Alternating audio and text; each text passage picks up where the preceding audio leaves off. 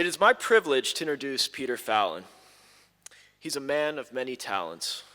His poetic labors have given us collections such as News of the World, selected in New Poems, the Georgics of Virgil, The Company of Horses, and his latest book, Strong, My Love. His verses won critical acclaim and the praise of fellow poets. He is the author of an Irish Times Book of the Year, a Poetry Book Society recommended translation, and he is the recipient of the O'Shaughnessy Poetry Award from the Irish American Cultural Institution. His poetry speaks of the natural world and the rhythms of agrarian life and tight-knit communities. It reminds us that those things closest at hand, friends, family, the ground at our feet, call for our most careful attention and care. Not only a maker of verse, Peter Fallon is also a maker of books. At the age of 18, he founded the Gallery Press, the preeminent space for Irish writing for the last 45 years. A bookshelf of over 500 volumes stands as a testament to his success and endurance as an editor and publisher, and the authors listed on those spines are a group second to none. The works of Seamus Heaney, Paul Muldoon, Brian Friel, Maeve McGuckian, John Montague, Nuala Nagunnal, and Michael Hartnett, just to name a few, have all been touched by Peter. Gallery Press has long been the showcase for the best writing in Ireland and the delight of those who enjoy a finely crafted book. His careful reading, discerning eye, and generous guidance have served poetry well. He's also been invited to numerous universities to read his poetry and teach, including his term as the Burns Library visiting scholar during the academic year of 2012 and 13. It's wonderful to have him back and to share his verse, his stories, and his lifetime in literature. In his poem, My Care, the speaker asks, "Should I do more? Is it enough to keep a weather eye and talk to friends?" Although personally, I think it's enough. Peter has done and continues to do so much more. Please join me in welcoming Peter Fallon.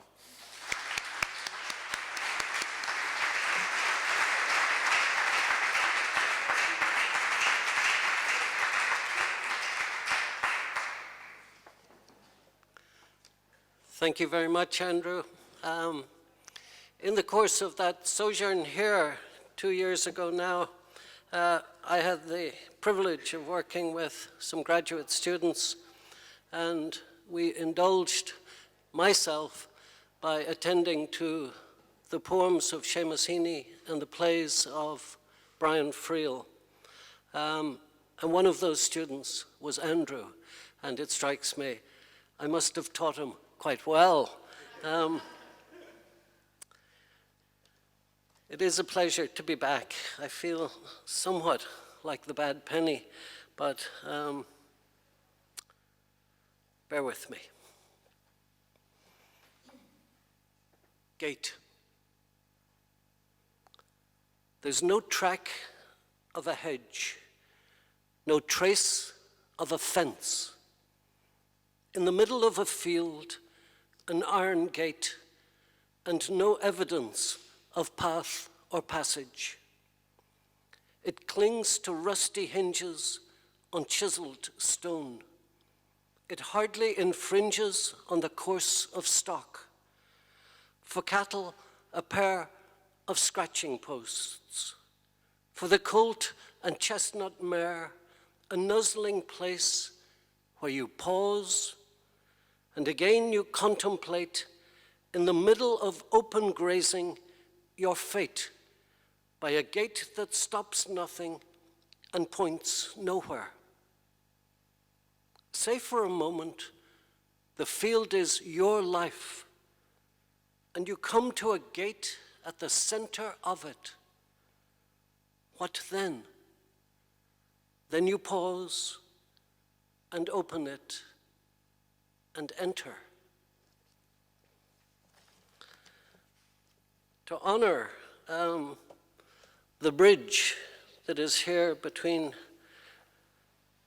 this country and my country, I wanted to read a poem that I started in Western Massachusetts in the course of a year that I spent at Deerfield Academy. And it moves from that place and from fishing in a river there to fishing in Ireland. The fish we were after is a fish called shad. And it might be that you all know all about shad, and it might be that there's one of you who doesn't. So for that person, let me say that all I knew at the time about shad is that they were meant to be very tasty, but extraordinarily bony. And I have since learned more about shad than I ever imagined knowing, because a revered writer and friend in Princeton called John McPhee has written a whole book called The Founding Fish about shad. And in that he included some recipes, one of which inevitably caught my attention. He said the way to cook shad is to put it in a very low oven with a brick for a very long time, perhaps overnight, perhaps for a day and a half, whatever. But when the time comes to eat the fish, you open the oven, you take out the fish and the brick, you throw away the fish, and you eat the brick. So, shad, depending on water. There, just there, where the river bends, a shoal that isn't there, a string that isn't there, suspends a shoal of shad. Our light craft lends itself to water and bears us as the world intends, that is, deliberately. A holiness attends the times we fished together, our eyes fixed on the dividends of confluence, like the hawk which condescends to join us. A hawk and then an osprey, reverence of an open church, here where a river wends propitiously, the Deerfield River, or there among breeze-blown trends of a little lake in Ireland. We've measured what portends and worked to make a life with little call for amends. For all their loss, there's something in the years that mends.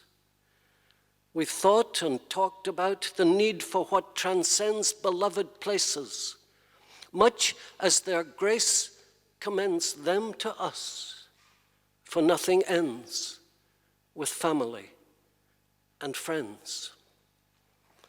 And it seems apt to read that here because there are friends from years ago and more recent years, and it's humbling to see them come here.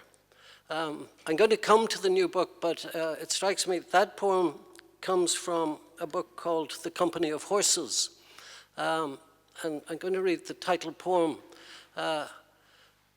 This book is dedicated to a hero of mine, a man I'm honored to be able to call a friend, and I've been thinking about him a lot recently because I've been reading a new book of his letters to and from Gary Snyder. And this man is a man called Wendell Berry. And reading Gary's and his letters, I was struck by the beginning of my friendship with him 35 years ago, after an exchange of letters and an invitation to go to see him in Kentucky at his farm.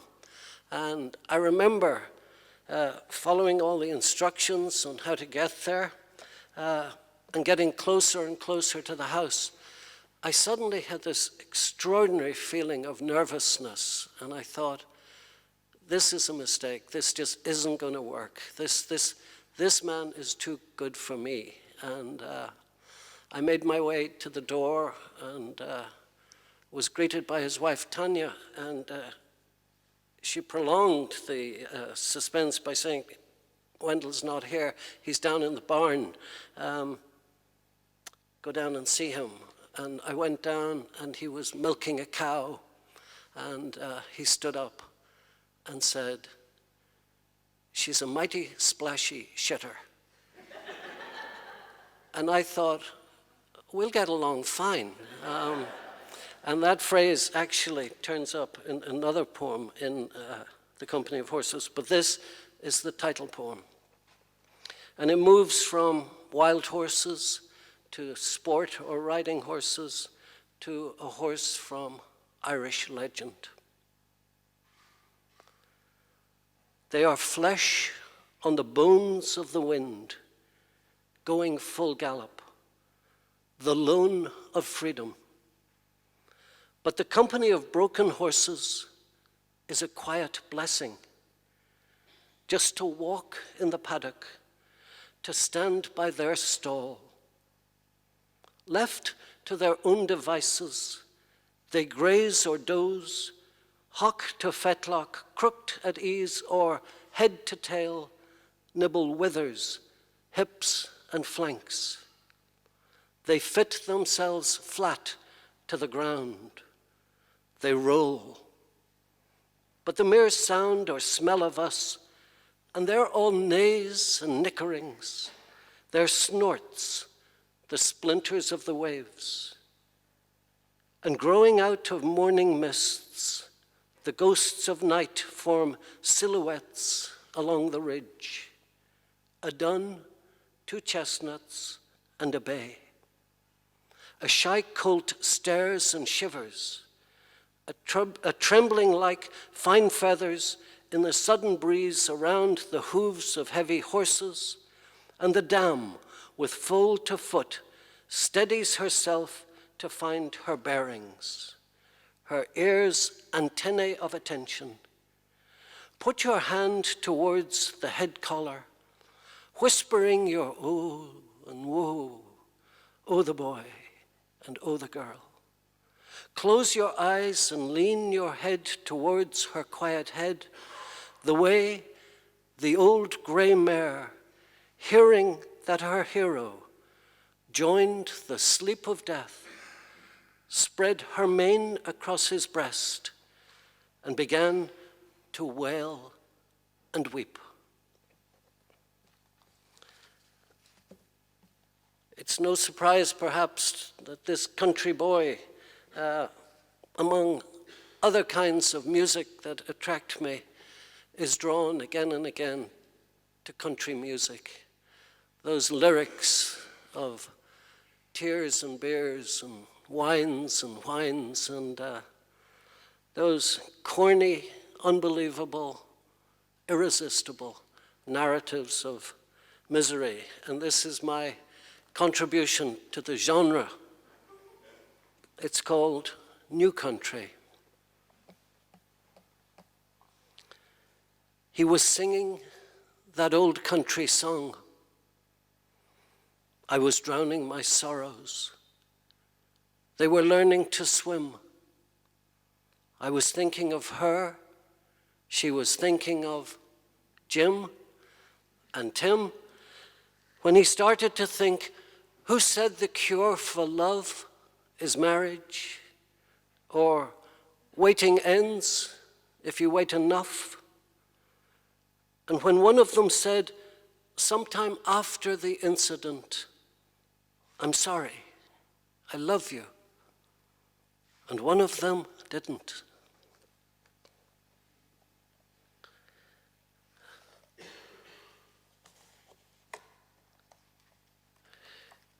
It may be a fact that I'm the only person in this marvelous series, the Lowell Humanities series, who will be reading work that I wrote while I was at Boston College.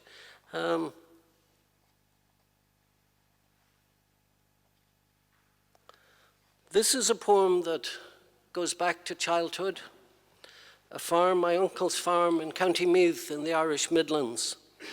And it goes from a boyhood remembering and memory to more contemporary times. In the poem, which describes the moment when it became a law that you had to, what we call, skull cattle. You couldn't you could keep cattle at a farm with horns, but you could no longer bring them to the market or anywhere else.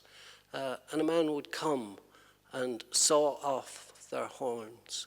Now, horns are either bred out of cattle or they are branded at birth or soon after birth so that the horns don't grow. And in this poem, there is a short list of breeds of cattle.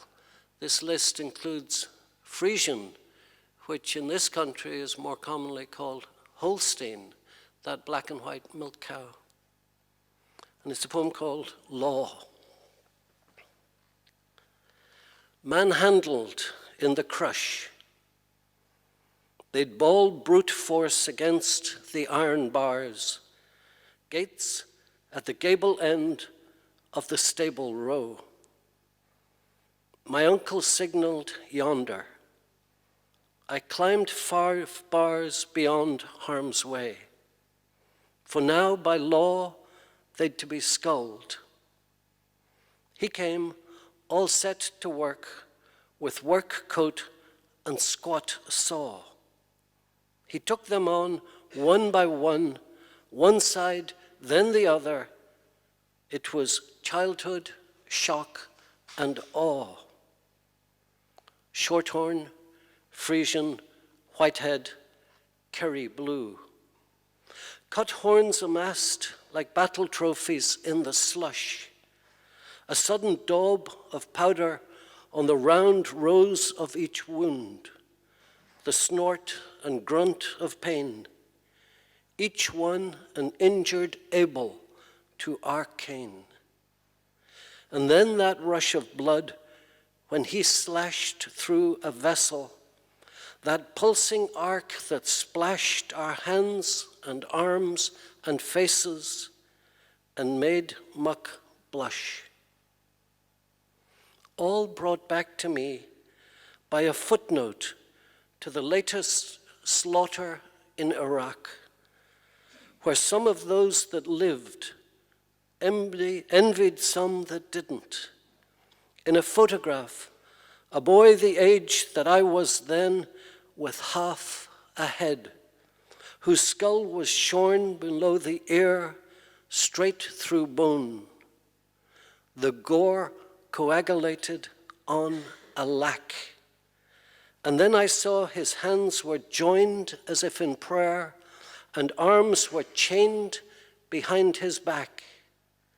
And now met then, when none of us was not bloodstained.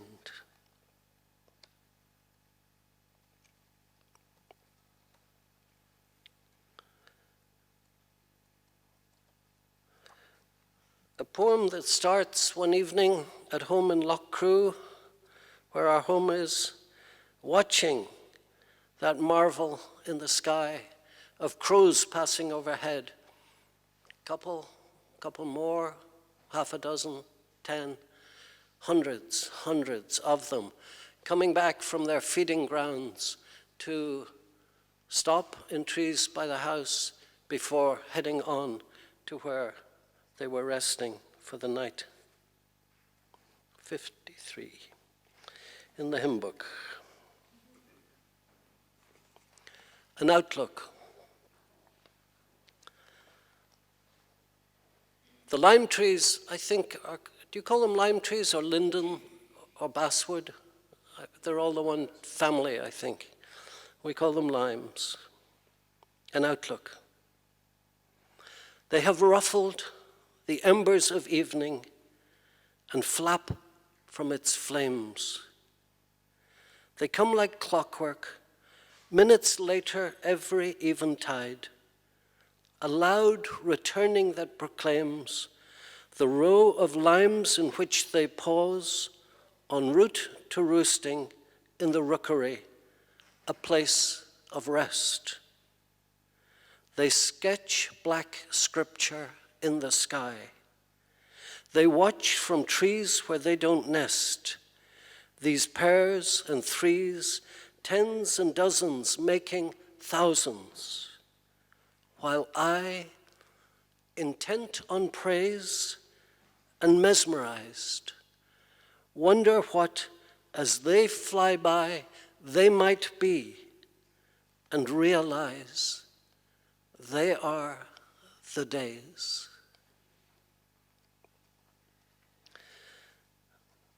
I shouldn't draw your attention to it, but the phrase en route in that poem appears in this poem, which disturbed me to discover later.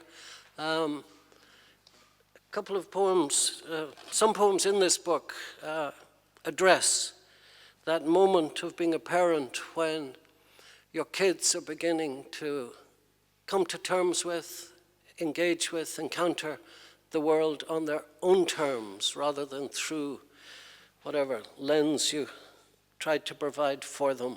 And it's a time in which you have to simply stand back, watch this, it's difficult, and you want at the same time to kind of convey a sense that you'll be there if you could help or if they need you.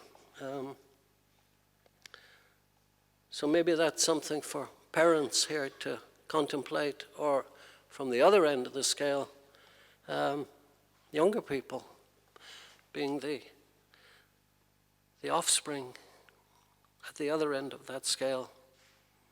It's a poem called A Summer Flood. Again, I went out to the new wood because at times as these, it is a true good to be alone among the trees I planted and transplanted, and an ease among steadfast companions, to be one who believes that answers can emerge in leaves. There was disquiet in the house, a whirlwind in the ways and days of our most lovely girl. They stroked her like water, that is, everywhere. The worries and the woes, first deaths, her teenage tragedies. How live two lives, of here and there, wherever there may be? May she pause, I make my prayer, like salmon in the estuary. Our daughter, acclimatizing to fresh water, en route towards a stay in gravelly mud, and waiting for a summer flood to tide them over. Now contrails scratch the sky. In June I watch the mayfly hatch. And then what had been leafage in the night began to ruffle feathers, ready to take flight, and birdsong happened for me. No, for us all, solo first, then in chorus.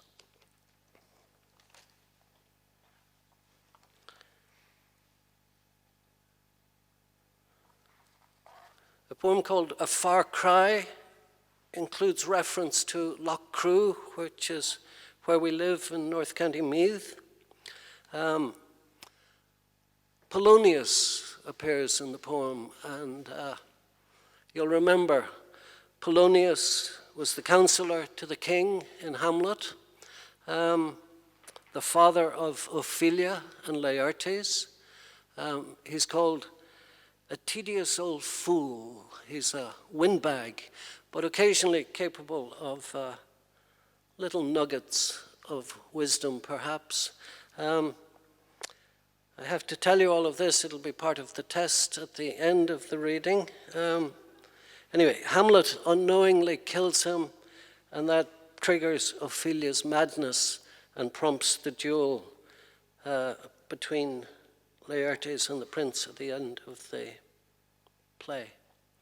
And you all knew that anyway. You're so well schooled here. A Far Cry. Let each step be a prayer, and not escape. Even if you'd venture to the far ends of the earth, dare to walk on air. Chance turning a blind eye to the present moment, and you might miss your proper life. Be patient as the mare beneath her fly mantilla. Be still in tender times. Along the riverbank, dark birds extend their wings in versions of surrender. And then, when they take off, they soar. Heed their sermons. Heed morning's constant benedictions, wind's histories. Bend, don't break. Credit that part of you that hopes to be haunted or lies submerged like the three streams of Loch Crew, whose principles are graven in your bone. Bear with this Polonius and trust the heart. The heart's a haven. You'll wonder if you're seeing things as you awaken to the need to dream new maps into being. Choose quietude. Don't shy from silence. World needs be no more than itself. Imagine. Abjure the social violence that has fractured families, homes, and hearts. We let go the loved one, not the love, and shattered whole communities. Say never again to the wild Irish rover, no more to the minstrel boy. Give us back our sons and daughters. Say that Ireland is over.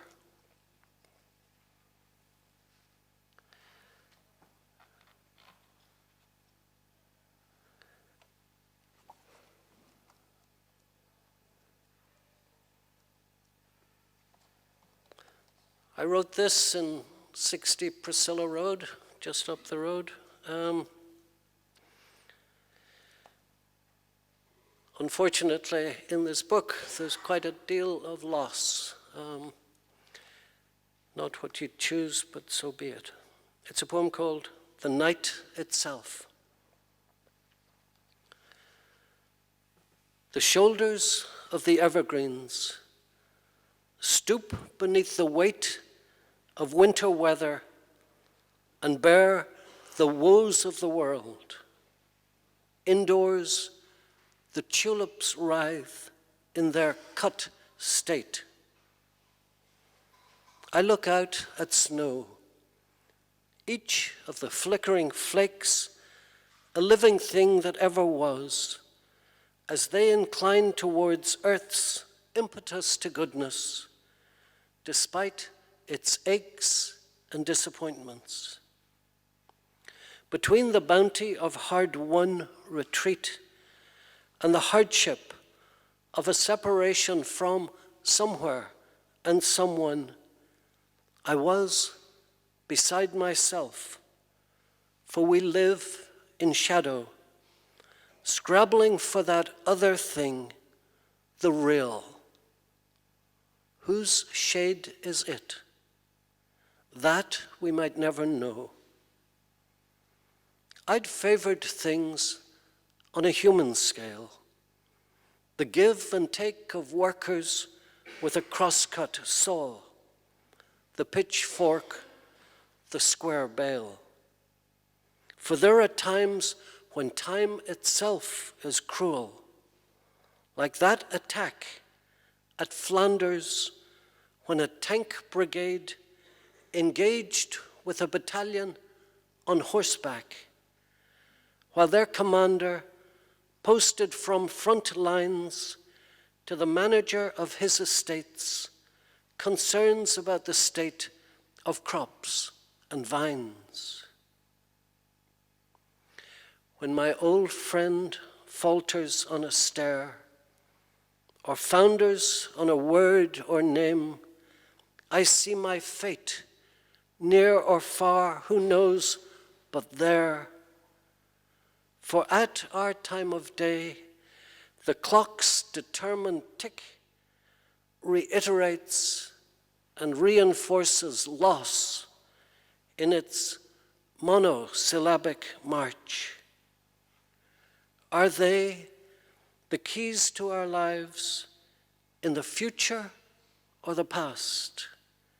As we breathe in, breathe out, to weather a storm and find a suture, as we track a passage back from unbelief and come on wayside trees transformed by morning's grace, the bud, the leaf, not to mention the bloom.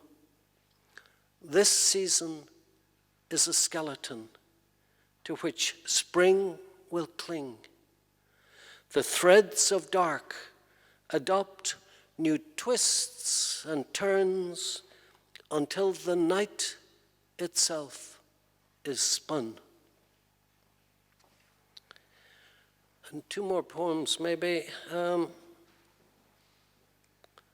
Say With Loss, this is a poem I wrote about 4 years ago, contemplating my wife's mother at 90, and singing her praises at that age. And she died a week ago, on Tuesday, yesterday, a week ago. The then and now. So little now, and so much then. Her new address is age in courage. She has been leaving us since when? Good woman and just citizen who mined the golden ore of courage. So little now and so much then. Her wisdom of 80 bypasses any rage in courage. She has been leaving us since when? Her children and her grandchildren help her to scale the crag of courage. So little now and so much then. Her widowhood sustains a zen-like calm in the cage of courage. She has been leaving us since when? The word she'd say now is Amen, epitome of grace in courage. So little now and so much then, she has been leaving us since when? And let me conclude with a poem that's called A Family Tie. And thank Carlo for extending the invitation to be in this series. Thank Andrew for the hard part. It's harder introducing someone than doing the reading. You have to do more work on the day or in the days coming up to it, in fact. But let me thank also all of you for coming, even if some of you were told to come. I know these things. I was that teacher. I thank you for your attention. I think we might have some questions. If they're easy, we'll have answers. Let's see how that goes. But I thank you for listening. This is A Family Tie. She lit the candles of kindness one by one until her pray for me. And my unuttered, I will mind you in the only state time is safe, that is, memory. Your haunting by a younger self tests a courage to keep faith when so much disappears. Friends to age, the land itself, the waves that weep on one lake shore leave the other wet with tears. All that was long before I learned, if I've learned anything, because I read a sign that any life might be the same length as a strand of twine. Time, is it? Or time that's left? The hours in which we partake are but a trick of retrospect and longing. When you left home, it was I who was homesick. Now what was and is have separated, but are still twins within that mystery of time, or time and place, as if a place had but a single history. For it was not a letting go, no, more a series of sheddings. How often have I quoted her, "You can't dance at all the weddings." Now you chase your hearts and aces, the days bequeath but brittle traces. We might grow by healing. Be strong, my love, in the broken places. I'd wake and want to give the ordinary day its due. Who enters age amenably? Who but a lucky few complete their lives? It's true. I'd seek the makings of a summer in a single swallow. Do good work, I'd tell myself, and the rest will follow. Thank you. Thank you, thank you, thank you. Thank you. Thank you. Thank you very much. Thank you, Andy.